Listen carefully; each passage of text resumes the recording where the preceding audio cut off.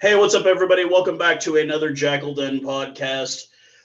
Rejoining me after taking the weekend off, the man that will scream himself hoarse at any rugby match that he goes to, Rick Collins, man. Glad to have you back.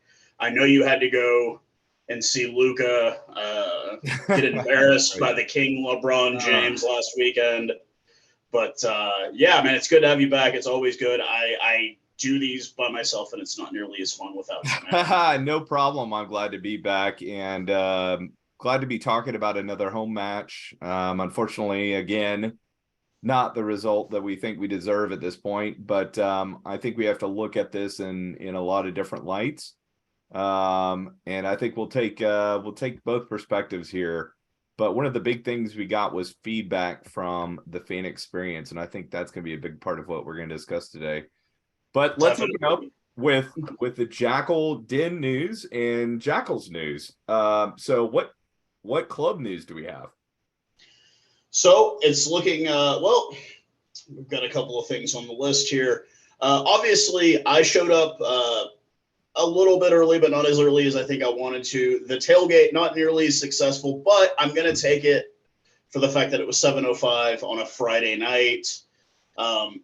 As a reminder, guys, come on out. Hour and a half early. You can come into the parking lot L, set up, cook, do it all. It's fun times. Get your pre-drink on, as I saw a lot of people doing in the parking lots. But yeah, this is all season, guys. Home games, we're going to be able to do this. So come on out early and hang out. And just even if you don't bring anything, just come and chit chat with everybody, man. It's a good time to kind of. Yeah, if you're not sure where it's at, we're at the southwest corner of Lot L. That's the lot that is just east of the stadium, behind the creek. And so if you're parking in Lot E, you cross over south towards the stadium and then backtrack going east away from the stadium. And Lot L's that first lot on your right. So just in case you're not sure where the drink up is, the tailgate is, where the barbecue is, that's where we're going to be hosting that. And it looks like we're actually going to get our next home match is going to be a Saturday night. So we're going to get a Saturday afternoon tailgate. So that should fare a lot better than, as you said, our 7:00 start Friday night with a 5:30 tailgate where people are still getting off work. The other big news we had is we will continue at the Londoner for right now. We're still working with the club on a potential permanent location or locations for the away watch parties. We've got 3 away matches in a row now, so it's going to be tough sledding for a team that's not getting quite off the ground early this year. Yeah, definitely. But yeah, next Saturday, 6:30 p.m. Come on out to the Londoner in Addison, Texas. We had a great turnout last Saturday for that game, even with Steve Violetta coming out and buying around for everyone.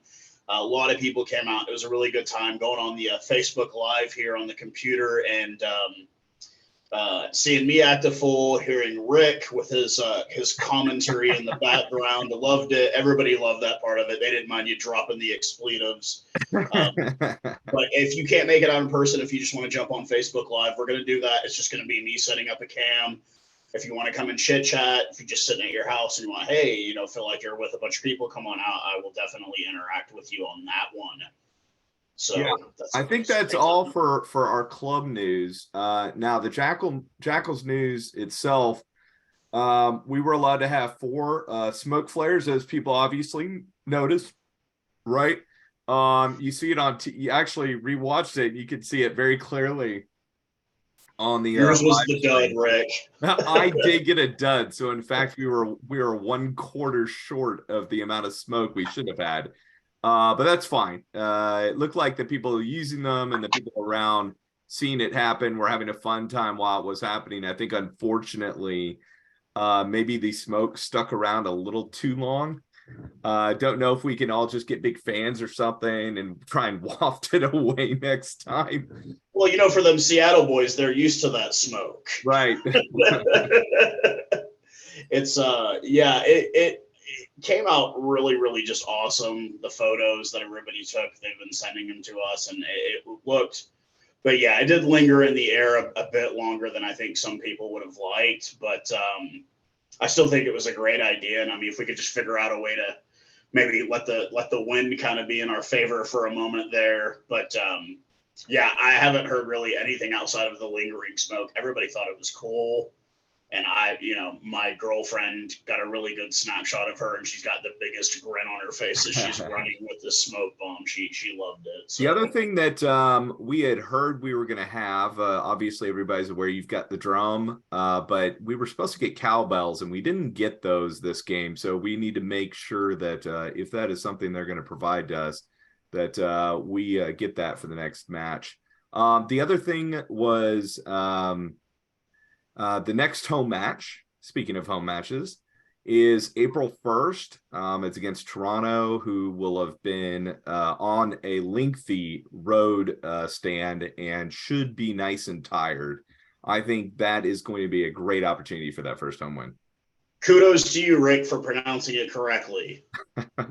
It's Toronto, folks, not Toronto. Yes, Toronto. It rolls. It's like Denton. You don't pronounce it Denton. It's Denton. Yeah, it's yeah. Looking at the schedule while we're out on the road, I just checked just a moment ago. It looks like NOLA is actually beating Chicago right now. Oh, Atlanta. So Chicago's tomorrow. Okay. Who are Atlanta. They're beating Atlanta right now. So sorry, my bad there for a moment. No, but, I think everybody's confused by the color schemes that both teams have, which are quite similar. Indeed, it's pretty bad. It's going to be an interesting little road trip here. Obviously playing the Legion this coming weekend, a team that is they've got it together pretty dang well with a 40-year-old captain. Yeah. I mean, he doesn't look 40. Winner. Let's be honest. He's not aged poorly. He actually looks fitter than he had the last 2 seasons. He looks bigger and bulkier now. Yeah. So he's not nearly as mobile as he used to be, but he's still it's another one of those, and we did get luckily some good information on Big Mike, but that was another one of those guys that I would have loved to see Big Mike go up against just because they're both massive. It looks like it's going to be at least another week after that before we see Big Mike, but the good news is there's no tear. I think our fear was watching him walk off the field that there might be a tear. So MCL, ACL, but he's back to training, just an ankle, and he's going to be good to rock and roll. And look, one of the issues we saw from October on was, when are we going to start signing locks? When we brought in the one Argentinian, Gola moved to lock, and obviously he's been phenomenal. We have Hola there. But when you have to put Rura in there because Big Mike's injured, that to me is a problem. I still think we're short 2 locks, and I don't know if we're going to see a signing, but God, they should at least be considering it. No, I agree. Even if it's just a developmental player that we bring in, that's fine. Just a big body to take up space in there. Well, I mean, and from what we've seen so far with this coaching staff, the guys that have returned from last year, if you had problems, they can fix them because they fixed most of the problems we had in the front, the forward pack.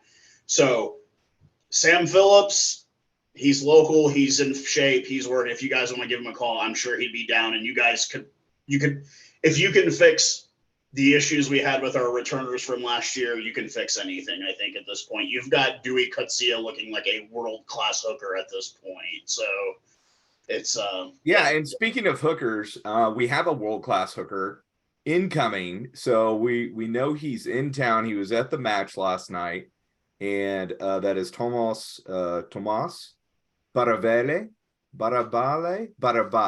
I believe that's the correct pronunciation. The Argentinian hooker that we signed early on, I think he was one of the first 3 announcements. He's been playing in Italy, big time hooker. I think Benetton. Yeah. And so, I mean, that's a big time program playing in one of the toughest competitions in the world. So, he's skilled. So I can't wait to see him play. And we still haven't seen Horchata. I don't know if he's been injured or what's going on, but we get those 2 guys back in, and despite the fact that our front row has been phenomenal, can never have too many front rowers. Let's be real. I mean, it's been, we always knew, obviously, Pablo Zeiss was going to be that leader on that front row, but I really have to commend Dewey, Liam Murray, all these other guys that have been Connor Robinson coming in Connor and putting in Robinson. serious minutes. It's getting to the point where it's like, yeah, it is the Pablo Zeiss show on the front row, but the other guys are definitely carrying their own weight as Oh, well. no doubt. It's the best scrum that we've seen, period, from I from the watched last night. Jackals. We had one where we got pushed back. Everything else, we were holding our own and pushing them back. And I've really, like I said, I can't say enough great things, obviously with Pablo, but the guys that returned for our front row, the amount of improvement we've seen from those gentlemen has just been astronomical. Like they've all done well. So let's get straight into the game, because that's what we're discussing now. And as you said, the scrum was good. I thought the lineouts overall were good. I think the biggest problem is we're trying to compare apples and oranges from last match to this match. And Utah is just not the same team as Seattle. I don't know if all of our fan base knows how good the Seattle team is. They have 2 MLR championships with basically the same team. They have one of the best coaches in the league that they stole from us. 2 years ago, Alan Clark was going to be our head coach, and we decided not to play. And we would have had Connor Mooneyham, and we would have had James Malcolm, their starting hooker. So there's that is a loaded team. Rickard Hadding, who's probably the best number 8 in the country, and is an Eagle. They have 5 or 6 Eagles on that team, along with guys that have come in, Creel.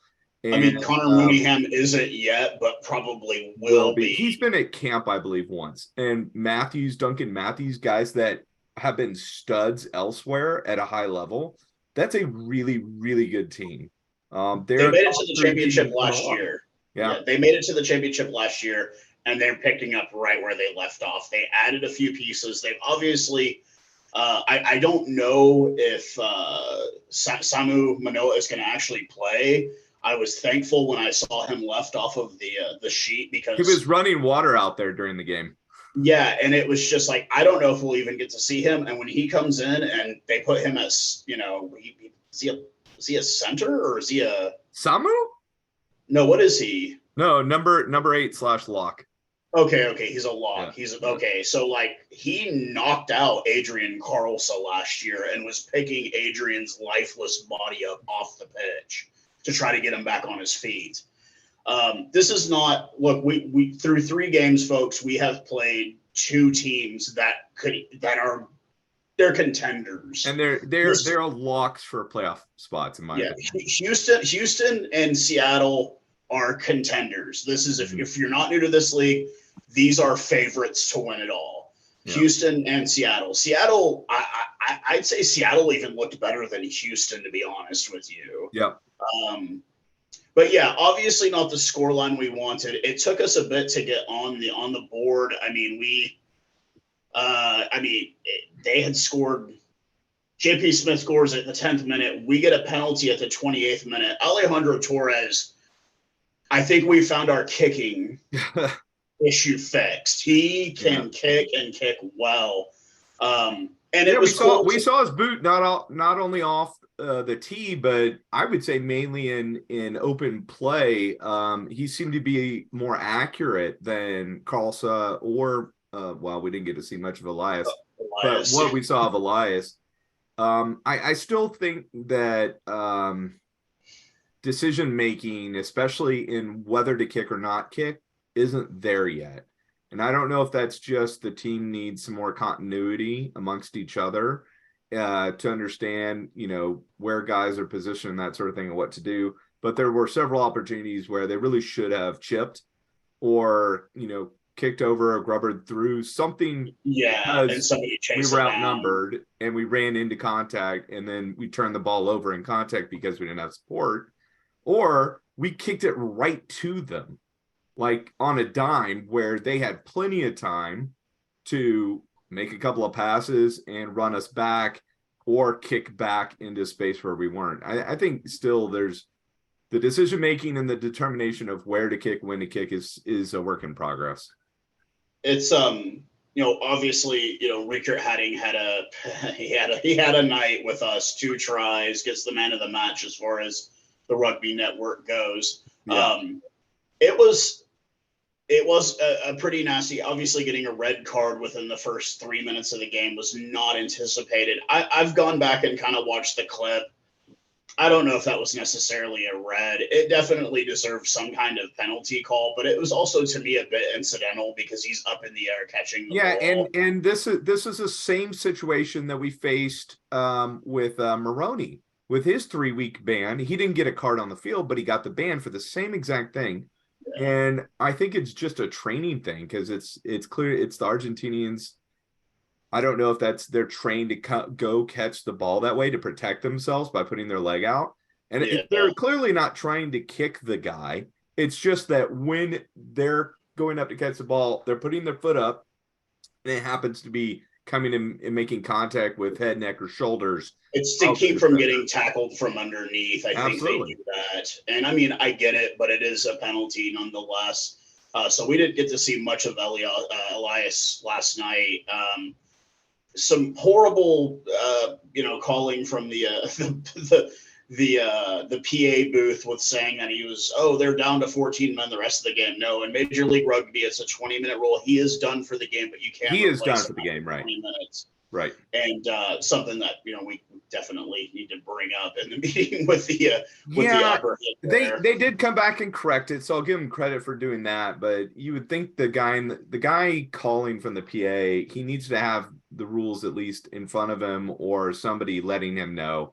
And we've got plenty of TRU people who know the rules, know the laws. Excuse me, laws. Don't come at me with that stuff about rules versus laws. But the laws of rugby, and that should be an easy thing to get right. That, along with pronunciation of the players' names, which we've already gone over, and the other thing was we need more information. I think as fans they're still now. It was better. I will say it was better last night than much better, yes, for sure. But still, communication about what's happening on the field, why there's stoppages of plays and things like that. There were several opportunities where there was a stoppage of play and we had no idea what was happening. So I think that communication can continue to get better, and I'm sure it will. I think they're on top of that. So but like you're saying, I think we struggled defensively still. Now this is again apples and oranges versus Utah. I think there's progress being made, but when you go from playing Utah to playing Seattle, it's going to be difficult to tell because how much better Seattle is, in my opinion, than Utah right now. Seattle's offense with Creel and Lepetti is really difficult in the centers. And I actually thought Milano's who was the other? Torres. Both of them did a commendable job, but it's the outside defense, the communication between outside center and wing and fullback that looked a mess. Guys didn't know who they were supposed to take, and left huge gaps on the outside. I've battled with. I'm still not going to bring up a name because I still just think it's kind of in poor taste. But if you want to message me privately, I will tell you. But I just don't feel like it's right. But obviously, we have a suspended winger. We have a winger that is absolutely amazing offensively, but plays almost no defense. And it's been kind of, and if you go back and watch the games and repeat, you see the same thing. They attack that side. They see that we're weak, and they continue to attack it. Now, I will say the adjustment that I seemed to see last night was that they moved an extra body out on his side. Yeah. So there was another person that could make the tackle. But then it left us thinner on other sides of the field where we needed bodies. And it just became like I do have to tip my hat to Seattle. The last time we played them, they didn't even start their strongest side. They brought the wood. They brought the wood out last night. And we don't, once again, it's been the same thing every week. Our offense doesn't come alive until the last quarter of the game. Yeah. We finally get a try. Herman Augenbug, the professor, as I call him, goes across at the 73rd minute. the smoke bombs go off. It's exciting, but it was just kind of like at that point, I kind of feel like Seattle had already poured it onto us. Like they toyed with us for a bit. They let our defense, hold and everything. And then when they took the brakes off, it was all downhill. And that's where we saw the difference between a Seattle and a Utah. We were able to get back into the game with Utah. Seattle never didn't let us back in the game. That try was not letting us back in the game. Let's be honest. Yeah, that was like at the end, and it was like, okay, here, we'll give these. The red card was really the downfall. I think had we not gotten that red card, maybe we stay in the game a little bit longer in the first half, and if we can keep it to like 14-3, 14-10, somewhere in that range at the end of the first half, we're still in the match, and maybe it finishes 28-20 or something like that, 28-14, 28-17, rather than 35-10. But the other thing that really bothered me were how many times we had the ball inside, I would say 10 meters of their try line. And we got the ball from the line out, right? And then we go into maul, and the maul just failed. We had obstruction calls. We brought the ball to ground ourselves multiple times where they didn't even pull us down. I mean, it just didn't go anywhere. And you could see clearly that they defending the maul were not as good as maybe we thought they might be. I think we had a lot of opportunities there at the maul to score tries, and we just didn't take advantage. I still think also another big thing that I had to bring up, I actually ran into another Jakl member out in Sherman, Texas, of all places today. It was nice meeting him. I posted it on the page, and it was the fact that we had basically Jalen Tatum hadn't started a game except he hadn't played it since the scrimmage. Right. We had a new front row starting. Granted, he came off the bench last week, but there were a lot of changes to this roster. Rura playing at 5 instead of in the back row. I still, when that was announced, I was like, what? That can't be right. And I mean, there were changes to it, and I get that changes need to be made when there's injuries, there's issues and that kind of thing. But it was I felt like if we had that same front row setup, lock setup, everything from game one, it would have been a lot different. Yeah. I think Burr being out, we really saw the difference between Goal is great. He's world class, but for some reason, when you have him and Burr together or him and Big Mike together, they just operate on a different level. Yeah. And you saw actually rewatching, I think for the amount of, time and space that Rura had available to him, even as playing at 5, I thought he was able to actually get out and make some plays. But you really got to have him at flank where he has that freedom to make a lot of plays. You got to take the training wheels off of that boy. Yeah, he's got training wheels on that boy. Yeah, they're putting a emergency brake halfway on with him if you put him at lock, and it definitely doesn't work for him. And I think for the scrum it was fine. Line out it was fine, but I think it was defensively where we needed him out and loose and needed a big, burly, speedy big Mike guy or somebody to handle the lock duties. And we were it felt like we were down half a guy because of that. Yeah, it's but all in all, I don't want to, it's becoming kind of me in these videos too, and I bring it up every time. I don't know what happened between this year and last year, and maybe I wasn't noticing because I didn't stand by the man that strikes hard into the fear of referees, but man, this officiating this season has been particularly poor in my opinion as well. A lot of missed calls, high tackles. I mean, there were 2 obvious knock-ons by Seattle that never got called. Yeah, one of them led directly to a score. To a try, yeah. And, look, I get it. These refs are human beings, but, if you want the integrity of this game to continue, you're going to have to really put the screws down on these referees, these officials. I mean, because they are blowing some serious calls in these games. Not to say that, if they had made those calls, we could have won. No, I still think no. Regardless. But it's just, and we talked about this last time, it's just frustrating. Like as fans, it's like very clear for us to see it. And for the ref, and if we didn't have TMO, I wouldn't be as angry because honestly, you're not going to see everything as one ref on the field. But we have TMO, like the TMO needs to step in. This last season was instituted league-wide. Every game has a TMO. Use the TMO. Why do I not hear? We haven't seen a TMO call in any of these games so far when there should have been multiple ones. Yes. And like, look, it's like I said, I don't want to sit here and scream and whine about the officiating. Like I said, the process of it. The process isn't working currently. Yeah, I'll be the first to admit we still would have not won if we had gotten those calls, but still in the same respects. You know, if there's bias, but you're supposed to be.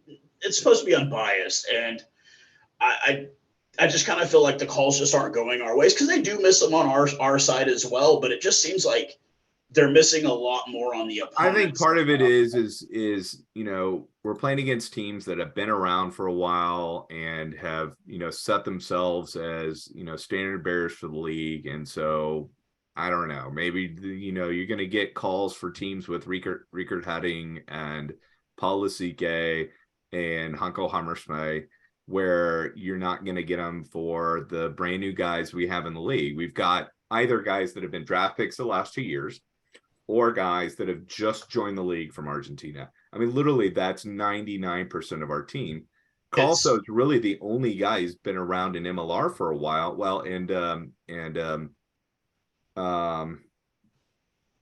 why can I not remember his name? The front rower from Utah. Alex Tucci. Alex Tucci. So those are really the only two guys who have been around MLR for a while. And so I think that's kind of part of it is we're not getting those calls because we don't have those guys, those names. We don't have the history with the league. So, you know, hopefully that'll change, and hopefully we don't go through another one of these overhauls of the roster at the end of this year. And we have a, you know, what I would call a successful year, which is, you know, 3-4 wins. And we're competitive at every match. If we can do that, you know, at minimum, then we've got to keep this together.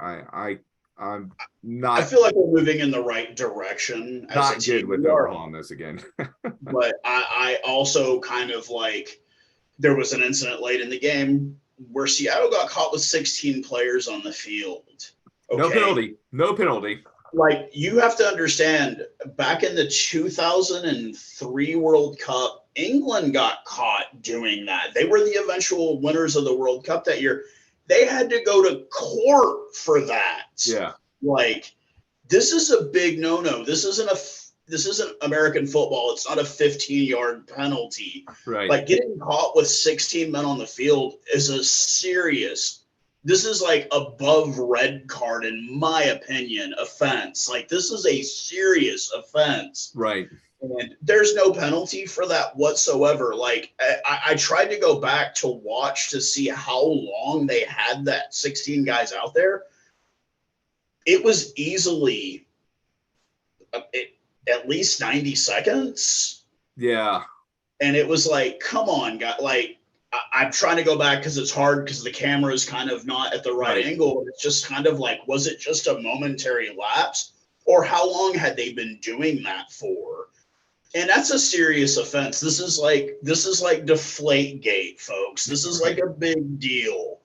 And why was there nothing, you know what I mean? Like, we didn't hear anything about it, anything like that. But, you know, another unfortunate loss. You know, we kind of get to the end of that.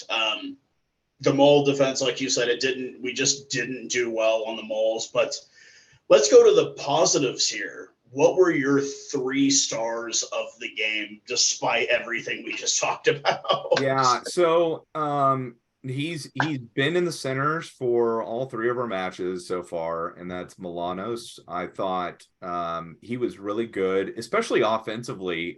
He's not a big guy. He's really about my size, 5'10", 190, 200 pounds maybe. But he's a guy who gets the ball and he makes yards. I think he has great angles on his runs. Good ball handler.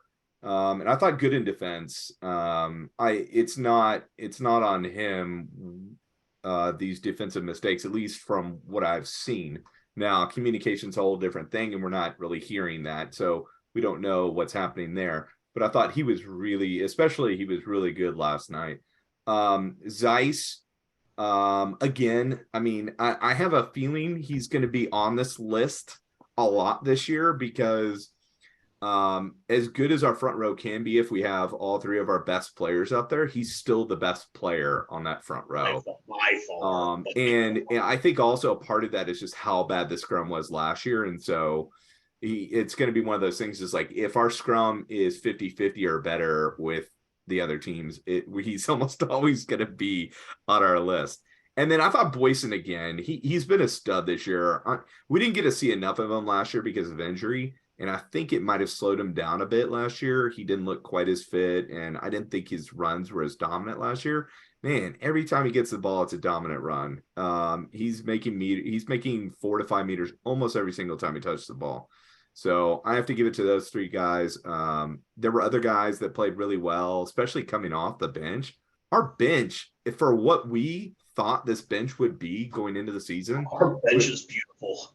It's been so good. So surprisingly good. So I'm really happy with our bench play overall. And I have to give just an extra props to our bench guys. So I'm going to go with, obviously, Adrian Boyson. Once again, we didn't get to see him a lot this year. I think, or last year, this year, I'm wondering if he's in shape. I'm wondering if going to the World Cup later has anything to do with it. But that man is going out and putting in proper shifts. He played 80 minutes the opening game, 80 minutes this. Like, he's playing full games. And you're right. Every time he gets the ball, there's movement.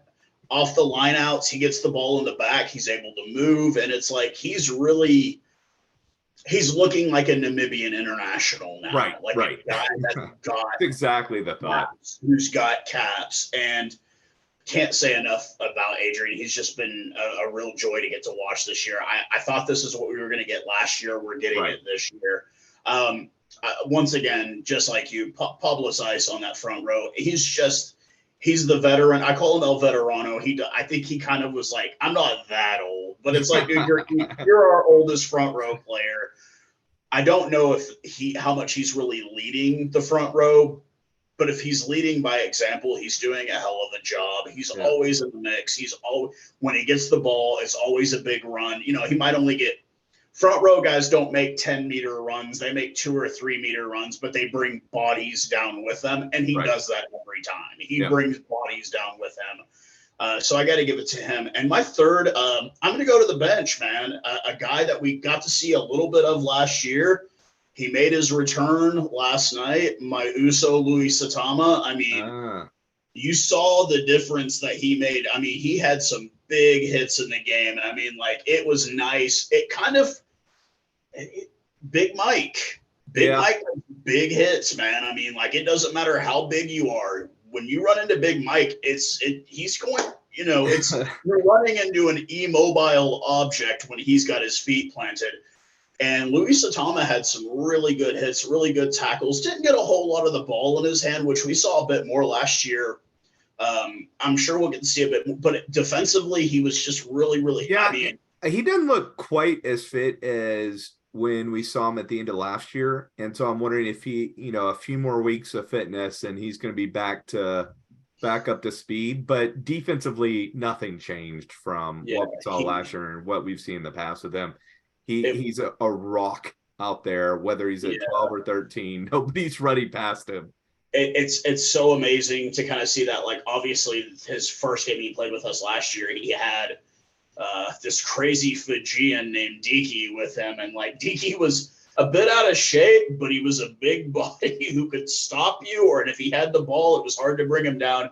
And like I said, Louis, he might just need a little bit of time to get in fitness, but he is going to be an absolute godsend at center or wherever they place him, just because the kid can tackle and he can tackle well. So it's good that's why I gave him, because it's good to have him back. He was, we got to see very little of him. He's kind of like unfortunately being out on injury and kind of done. But Hayden Hill, we did get to see a lot of him last year, but when we saw him, he was absolutely amazing on the pitch. And that's what I felt about Louis. We didn't get to see a lot of him. And actually, I want to finish up with, you mentioned Hayden. He's going to be going to Australia to play in Perth. So congrats to him on the move. Good on him. That's a huge move for him. And I hope it works out. I think he's a guy that, if he continues to play well over there, he's going to get an opportunity playing for US Eagles. So crossing fingers that's a great decision for him. That'd be great. Another kind of local product playing with the Reds a bit. So yep. You can't go wrong with that. No. But that's different level of rugby. Definitely. But he's definitely solid there. Man, I think that about covers it. I think we got it all in. Man, well, this has been another episode of the Jackal Den podcast. It's made for the fans, made by the fans, for the fans. I'll get it correct one day. By the fans, for the fans. And we appreciate you guys all subscribing, and we hope you get just as much entertainment out of this as we do making. Hey, set up those notifications too, because we're not just doing this podcast. We're going to have other content on here. Obviously, you saw the interview. Hopefully we will have more interviews coming up soon.